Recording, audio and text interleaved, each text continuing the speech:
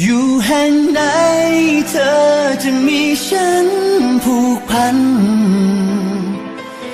จะไม่ลืมกันจะไม่ลืมไม่ลืมหากเดินจะจางจะไม่มีทางให้เธอได้ไกลห่างเราจะเดินร่วมทางไปสู่ฝันด้วยกันตลอดไปคำว่าเพื่อนนั้นมีความหมายไม่ยิ่งใหญ่แต่จริงใจให้เธอ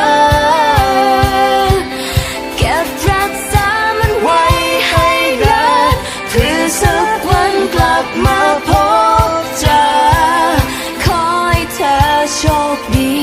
เพื่อนเอ๋ย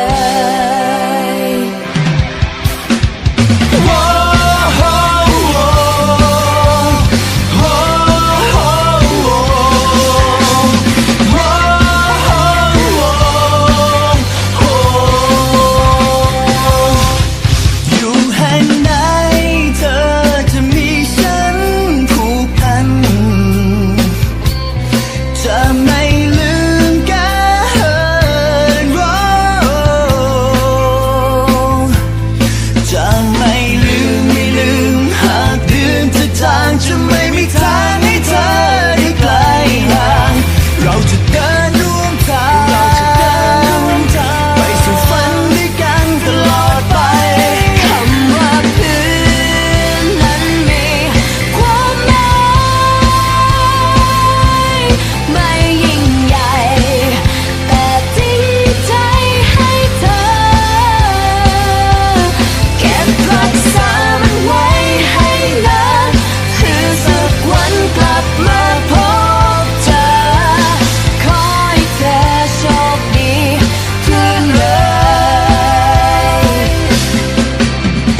เธอจะยังมีฉันอยู่ข้างกันเธอจะมีฉันอยู่ด้วยกันเธอจะมีฉันเราจะมีกันไม่ว่าเวลาจะผ่านไปนานแค่ไหนไม่ว่าทุกข์จะสุขจะอยู่ช่วยกันฟันฝ่าจะเจอช่วงเวลาที่ไม่ค่อยดีเท่าไรกอดคอกันไว้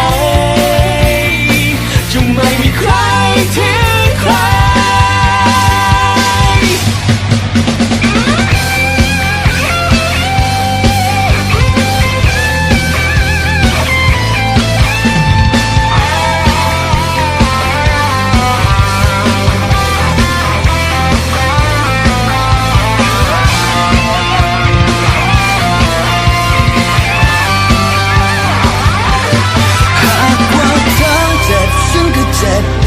เจ็บฉันก็เจ็บเหมือนกัน